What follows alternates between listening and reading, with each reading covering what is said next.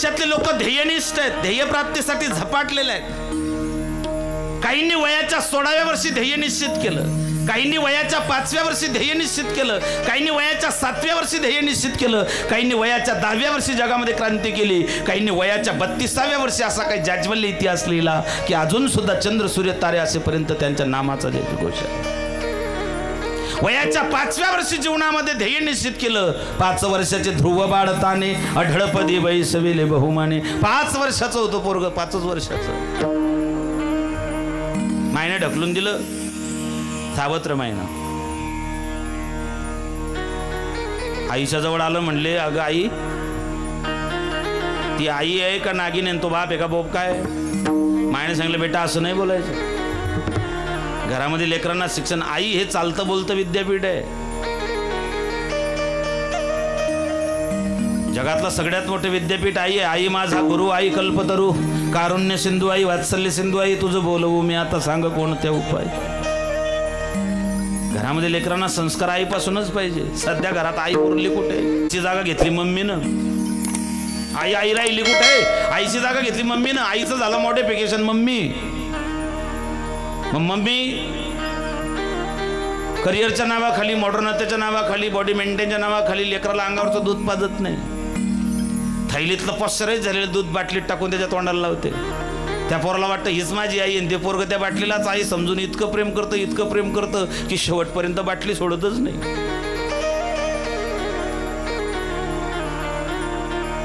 बाटलीची चटक तुम्ही लावली ना. लहानपणी दुधाची बाटली, पोरग शाळेत गेलं की त्याच्या दप्तरात पाण्याची बाटली. ते हायस्कूलला गेलं मित्रमंडळी सोबत कोल्ड्रिंकची बाटली. कॉलेजला गेलं बिअरची बाटली. नोकरी लागला, पहिला पगार झाला रमची बाटली. रमच्या बाटलीनं तिजोरी आटली, मग याने लावली देशीची बाटली. देशीच्या बाटलीनं हौस नाही फिटली, मग लावली गावठीची बाटली. गावठीच्या बाटलीनं काही जमलं नाही, त्याची आतडी फाटली, मग वरतून लावली सलाईनची बाटली. सलाईनच्या बाटलीनं डोळे उघडले नाही, डॉक्टरनं लावली रक्ताची बाटली. रक्ताच्या बाटलीनं जमलं नाही, मेलं, त्याच्या मड्यावर अत्तरची बाटली. बाटलीची चटक तर तुम्ही लावली ना पोरांना. घरात आई उरली कुठे? अरे एक आई या महाराष्ट्रात अशी होऊन गेली, वयाच्या 15व्या वर्षी लेकराच्या हातात तलवार दिली. वयाच्या 29व्या वर्षी अफजल खान फाडायला भाग पाडला. वयाच्या 35व्या वर्षी दिल्लीला पाठवलं. वयाच्या 50 वर्षामध्ये लेकराने असा इतिहास जागवला माय बापू. तावत चंद्र सूर्य तोपर्यंत ते नाव आदरानं घेतलं जाईल. निश्चयाचा महामेरू, बहुत जनांचे आधारू, अखंड स्थितीचा निर्धारू, श्रीमंत योगी. हे आईनं घडवलं. घरी पाहुणे आले, मायनं सांगितलं पोराला, म्हणले जा रे शेजारच्या काकूकडून साखर घेऊन ये. पोरानं कप उचलला, काकूच्या घरी गेला. मायनं सांगितलं होतं, माय जर सुशिक्षित असली, माय जर व्यवस्थित संस्कार देणारी असली तर माय सांगते भाऊ लहान माय, मोठी माय, काकू, आंटी, ताई, बाई, अक्का काहीतरी बोल. ते पोरगं जर मायचं व्यवस्थित संस्कार असले, ताई, बाई, अक्का, मोठी माय, लहान माय, धाकली माय काय असेल ते बोलतं. आणि जर पोरगं गेलं आणि त्यानं कधी म्हटलं म्हणे मायनं गायनी सांगी समजिलो आई काढणं खाण बांगटे. संस्काराची सुरुवात आपल्या घरापासून पाहिजे. सुधारणा आपल्या घरापासून झाली पाहिजे. जिजाबाईने गर्भामध्ये असताना शिवरायांना संस्कार दिले. सुनीतीने गर्भामध्ये असताना ध्रुवाला संस्कार दिले. कयाधूने प्रल्हादाला संस्कार दिले. कौशल्या मातेने रामाला संस्कार दिले. आज संस्कार उरले कुठे? जिजाबाईने शिवाजी महाराजांना पाळण्यात टाकावून गाणं म्हणावं, मागे उभा मंगेश, पुढे उभा मंगेश, माझ्याकडे देव माझा पाहतो आहे, मागे उभा मंगेश. भगवान कृष्णाला पाळण्यात घालावून देवकीनं म्हणावं, देवकी गाते अंगाई, देवकी गाते अंगाई. एका बाईनं पोऱ्याला पाळण्यात टाकलं, गाणं म्हणायची, दिल्लीची केली किल्ली, सुरतचा केला भाला, पप्या माझा दारू प्याला, आख्यांना खाण्यात धिंगाणा केला. सुरुवात जर पाळण्यापासून अशी असेल तर लेकरांवरती संस्कार होतील कसे? जिजाबाईनं 2 छत्रपती घडवलेत. स्वराज्य संस्थापक छत्रपती शिवराय, स्वराज्याचे दुसरे छत्रपती संभाजी महाराज, स्वराज्याचे युवराज छत्रपती संभाजी महाराज. ते आईचे उपकार आहेत, ते आईचे संस्कार आहेत. सुनीतीनं ते ध्रुवाला दिले. लेकराला सांगितलं मोठ्यांबद्दल असं बोलायचं नाही, चुकीचं आहे. ध्रुवाचं नाव आहे, ध्रुवाचा अर्थ होतो अविनाशी. मग बुद्धी, नावही चांगलंय ध्रुव. त्याच्या सावत्र भावाचं नाव होतं उत्तम. नाव उत्तम होतं पण लक्षणानं वाईट होतं, कार्ट. काही नावाच्या विरुद्ध आहे बरं पुरे. आवडीने नाव ठेविले विकास, जीवन भकास केले त्याने, जीवन भकास केले त्याने. नाव विकास, पाहिलं तर सगळं भकास. तुमच्यापैकी कोणी असेल तर माफी मागतो रे बापो, कोण उपाध्या करीन. नावही चांगले पाहिजे. 3 पोरींच्या पाठीवर पोरगा झाला. मी कीर्तनाला गेलो. मोठ्या पोरीचं नाव होतं रुपाली, 2 नंबरची सोनाली, 3 नंबरची दीपाली. म्हटलं पोरगा झालं, नाव म्हणे मवाली. लोक म्हणतात नावात काय ठेवलंय. अरे नावात तर सगळं प्रतिबिंब आहे माणसाचं. माणसाचं नाव त्याची ओळख आहे. त्या नावानं तर त्याची सगळी ओळख त्या ठिकाणी जगामध्ये होत असते. कबीरा जब हम पैदा हुए जग रोवे, जग हासे हम रोए, ऐसी करणी कर चले जग रोवे हम हासे. असं कर्तृत्व करा. जगामध्ये आपलं काहीतरी नाव मागे उरलं पाहिजे. ध्रुवानं ते केलं. आईने संस्कार दिला. ध्रुव जंगलात निघाले. नारदाची भेट झाली. भगवंतांना अढळपद प्राप्त करून दिलं. पुरे एकचे पुत्र माय पोटी, हरिस्मरता उद्धरे कुळकोटी. धन्यवंशी जन्मला भगीरथ, गंगा आणून पूर्वज केले मुक्त. एकच, जास्त नसले तरी चालते. जास्त नसले तर तसा गव्हर्नमेंटचा नियमच आहे म्हणा. हम दो आणि दल्ला दल्ली फेक दो. आम्हाला नियमच आहे 2च, तिसरा चालत नाही. असला फॉर्म भरता येत नाही. विठाल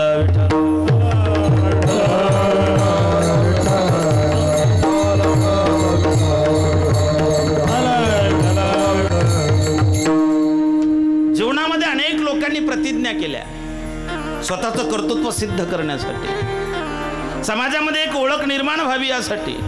मग देवानंही प्रतिज्ञा केली होती, सांगीन गोष्टी युक्तीच्या 4 हाती, शस्त्र नाही धरणार. महाभारताच्या युद्धामध्ये याने सांगितलं होतं आता शस्त्र धरणार नाही, धरल्याशिवाय. भगवान कृष्णासारखा धूर्त राजकारणी आजपर्यंत जगाच्या पाठीवर जन्माला आला नाही. मी पुन्हा रिपीट करेल, ज्याला राजकारणात सफल व्हायचंय त्याने कृष्ण चरित्राचा बारकाव्याने अभ्यास करा. भगवान कृष्ण कोण होते असं जर विचारलं ना, त्याला प्रतिप्रश्न करायचा. भगवान कृष्ण काय नव्हते. भगवान कृष्ण ज्ञानी होते, योगी होते, त्यागी होते, अनासक्त योगाचे आचार्य होते. भगवान कृष्ण धर्मज्ञ होते, मर्मज्ञ होते, नीतिज्ञ होते. भगवान श्रीकृष्ण पुढे जाऊन सांगू सगळ्यात मोठे मुत्सद्दी होते. आणि सगळ्यात जर शेवटचं सांगायचं झालं तर भगवान श्रीकृष्ण राजनीतिज्ञ होते. याचे राजनीतीचं एक उदाहरण सांगू तुम्हाला. जरासंधाला मारायचं होतं आणि जरासंधाचे 2 सेनापती होते, हंस आणि डिंबक नावाचे. खतरनाक होते. म्हणजे त्याच्या अंगाला हात लावायच्या आधी या दोघांना मारणं गरजेचं होतं. ते दोघं शूरवीर होते, हंस आणि डिंबक. देवाच्या लक्षात आलं चहापेक्षा किटली जास्त गरम रस. आधी असली उपाडणं पडीन तवय हवं मध्ये. मग यांना मारायचं कसं. देवानं त्यांचं अत्यंत त्या ठिकाणी मायबाप बारकाव्यानं अभ्यास केला. त्यांचा वीक पॉइंट काय. रावण लय मोठा होता पण रावणाचा वीक पॉइंट काय होता माहिती. तो शूर्पणखेनं बरोबर ताडला होता. रावणाचा वीक पॉइंट शूर्पणखेला माहिती होतं. जेव्हा शूर्पणखेचं नाक कान कापलं गेलं ना तेव्हा ते लंकेमध्ये गेली होती. तिने सांगितलं तुझे भाऊ मारले, 14,000 सैन्य मारलं, माझं नाक कान कापलं. रावणानं तिकडे लक्ष दिलं कारण तो भयानक हुशार माणूस होता. तिला माहिती होता हा लक्ष देत नाही ना, तिला त्याचा वीक पॉइंट माहिती होता. तिने सांगितलं रावणा खरं सांगू का, त्याची बायको इतकी सुंदर आहे, ते तुला भेटावी एवढ्यासाठी मी गेली होती.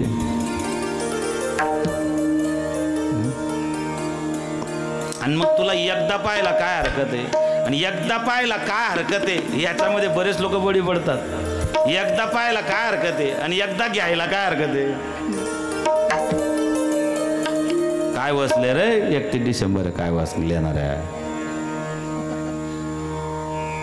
चांगला माणूस बळी पडतो त्याला. शूर्पणखेला ते माहिती होतं. याला 80,000 बायका होत्या, नालायक धंदा करायची काही गरज होती का? परिणाम काय झाला? काय संपत्ती होती रावणाची, सप्तकोटी घरे जेथे शुद्ध कांचनाची. आपलं 2 BHK 1 BHK 3 BHK बजेटमध्येच बसत नाही. आपण तिकडे नादच करायचा नाही, तिकडे जायचंच नाही. आपण आपली अपार्टमेंट सिस्टीमचा जर ब्लॉक घेतला ना तर मधली भीत फक्त 4 इंचाची आहे. इकडून गंगूमाईनं खिळा ठोकला की सकुमाईच्या किचनमध्ये निघतो. सकुमाईनं तेलाचे किटले टांगले, तिने खिळा काढला, तेल सांडून गेलं. ही परिस्थिती आहे आपली. रावणाकडे त्याच्या संपत्तीकडे जायचंच नाही आपण. म्हणा सांग पारावना काय झाले बाई, ते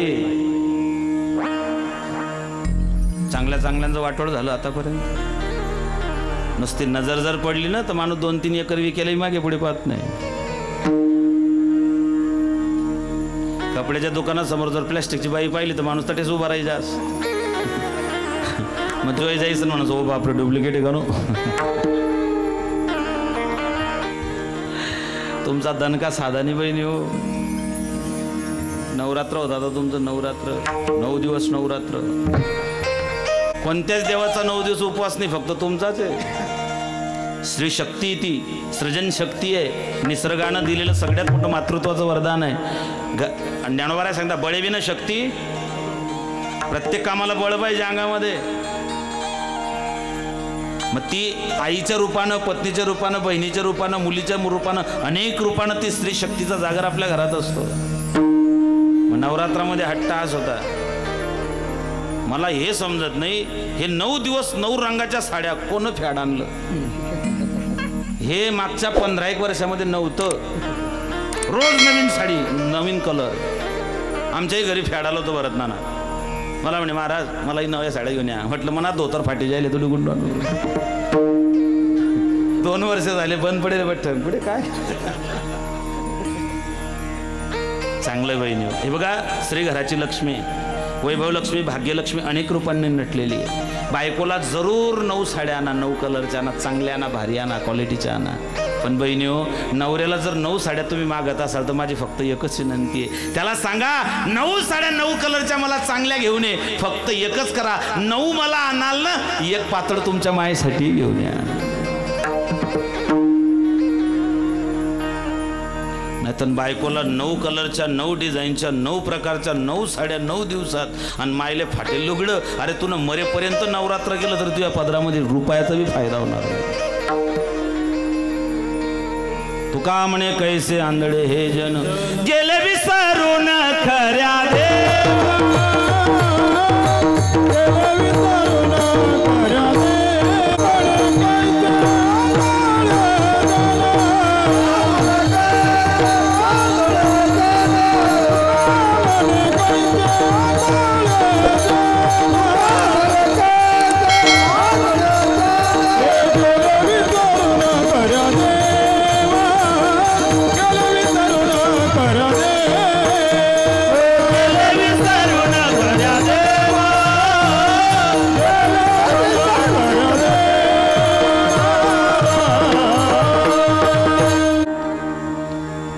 कृष्ण परमात्म्याला ते 2 जण संपवायचे होते.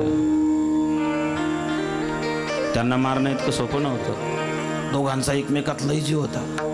आणि खरं सांगू का, एक कोरोनाने एक काम लय चांगलं केलं. कोणाचा आपल्यात किती जीव आहे हे त्याने बरोबर दाखवून दिलं. कोण तोंड चोपड्या गोष्टी करस, कोण गोड गोड बोलस, कोण फक्त संध्याकाळच्या टेबल फ्रेंडशिप पुरता गोड बोलस. हाई बठ्ठ कोरोनानं बरोबर सिद्ध करी दिले. लोक साधे हुशार नाही. जर फोन केला ना आतला का ना की मी पॉझिटिव्ह आहे, त्यानं फोनच कट केला. तो म्हणे तुझा ठा शिल्लक आठवडी पण साध्यावाली असतो. सगळ्यात जवळचं नातं कोणतं होतं त्यात तेही उघडं पडलं कोरोनात, नवरा बायकोचं. किती का जीव राही ना दोघी नवरा बायकोचा. दोघीतला एक पॉझिटिव्ह झाला, दुसऱ्याने 14 दिवस त्याचं तोंड बी पाहिलं नाही. आमच्या शेजारचं जोडपं इतका जीव होता, धर्मा नवीन जोडपं होतं, घास सोडून खात नव्हते एकामेकाला. त्यांना पाहिलं की मला यावं वाटायचा. काय जीव यांचा, काही ऐसी दशा येई माझ्या.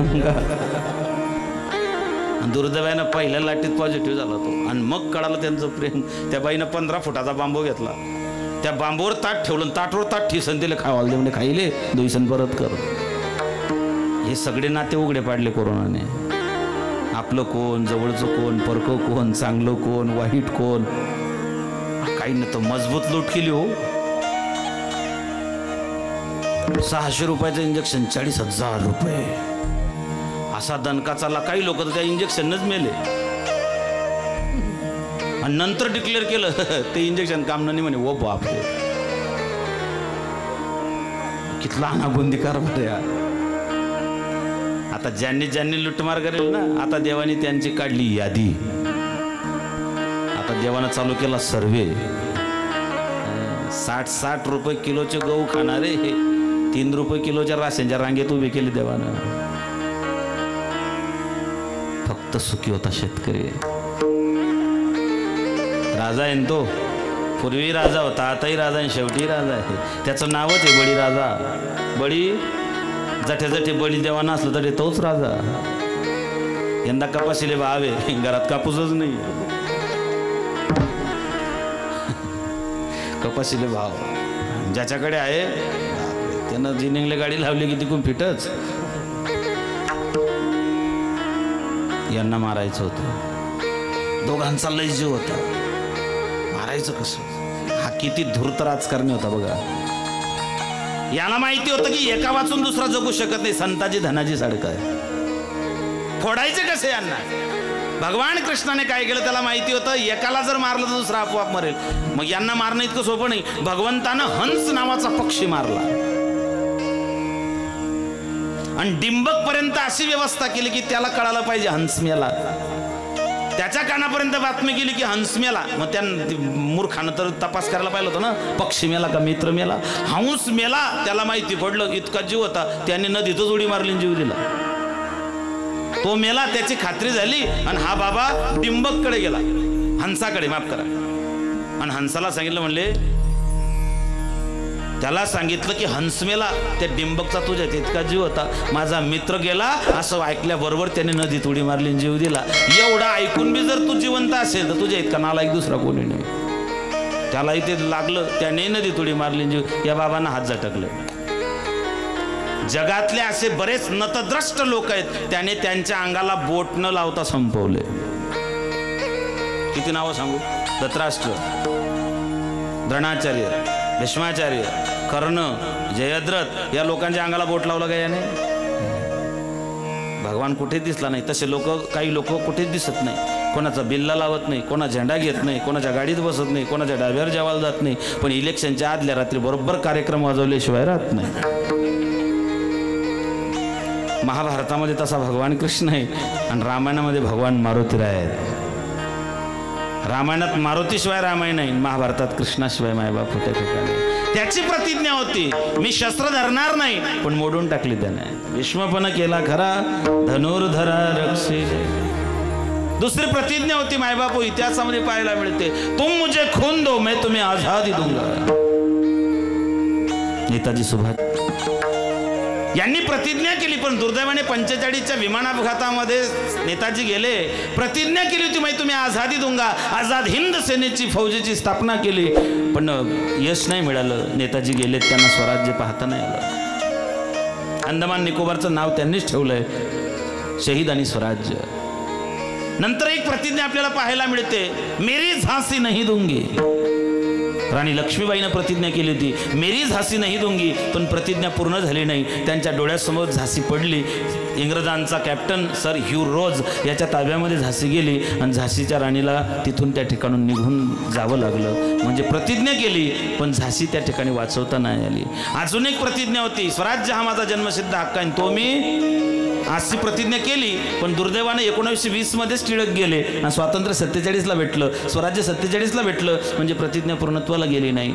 एक प्रतिज्ञा केली होती, हे राज्य व्हावे ही श्रेणीची इच्छा आहे. ही 16व्या शतकातली प्रतिज्ञा होती.